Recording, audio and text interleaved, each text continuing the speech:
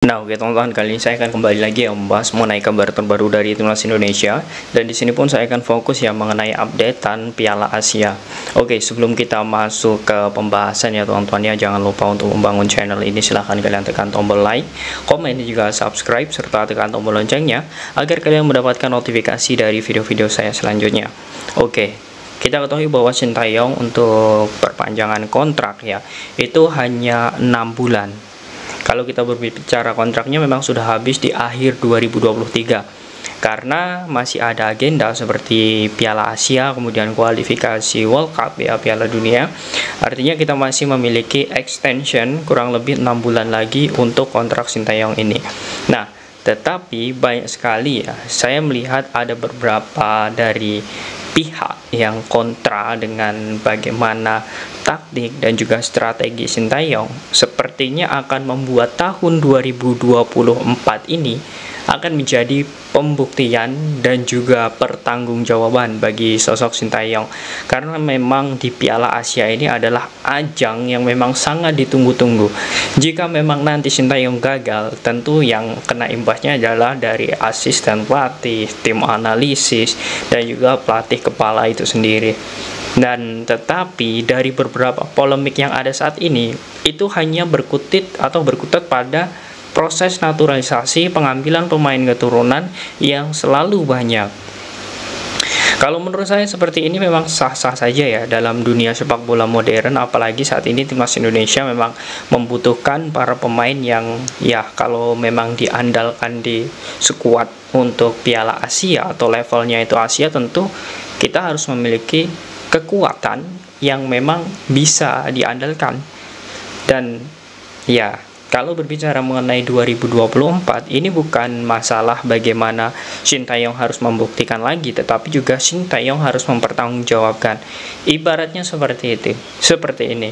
Jika contoh ya, ini Sintayong gagal di Piala Asia, tentu saya sangat yakin 100% banyak nanti pihak-pihak yang menyalahkan Sintayong. Entah itu bagaimana performanya ya, entah itu bagaimana kiprahnya ketika nanti melawan Vietnam, kemudian ya Jepang, kemudian satu lagi ya, yakni Irak. Kita belum tahu. Tetapi yang jelas apa yang sudah menjadi bagian timnas ini harus ada bagian pentingnya. Nah, mengapa sekarang saya melihat bahwa timnas Indonesia memang membutuhkan para pemain-pemain keturunan yang hebat? Ini akan menjadi polemik nantinya jika tidak dilanjutkan. Apalagi saat ini proses ya dari urusan naturalisasi itu memang sangat penting untuk bisa menjadi bagian penting nantinya. Nah, itu poin pertama. Kemudian yang kedua, kalau dilihat dari sisi aspek negatif ya, kalau kita bisa melihat apa yang sudah menjadi bagian penting, ya ini akan sangat sulit sekali. Dan kemudian kalau kita berbicara mengenai aspek lainnya, ya timnas Indonesia tentu akan sangat sulit. Nah, itu faktor pertama. Kemudian yang kedua, kalau kita melihat lagi ya aspek negatifnya, jika kita terus-terusan seperti ini, tentu timnas Indonesia jika memang nanti akan menjadi bagian utama di Piala Asia, ini akan sangat sulit untuk menjadi bagian penting. Itu juga harus memiliki strategi dan juga pola. Dan saat ini Sintayong sudah melakukan strategi tersebut. Jadi kalau misal ya, apa yang sudah dilakukan saat ini sudah betul, kemudian loyalitasnya sudah betul, apa yang menjadi bagian penting sudah betul, ya ini akan menjadi pembahasan yang sangat menarik.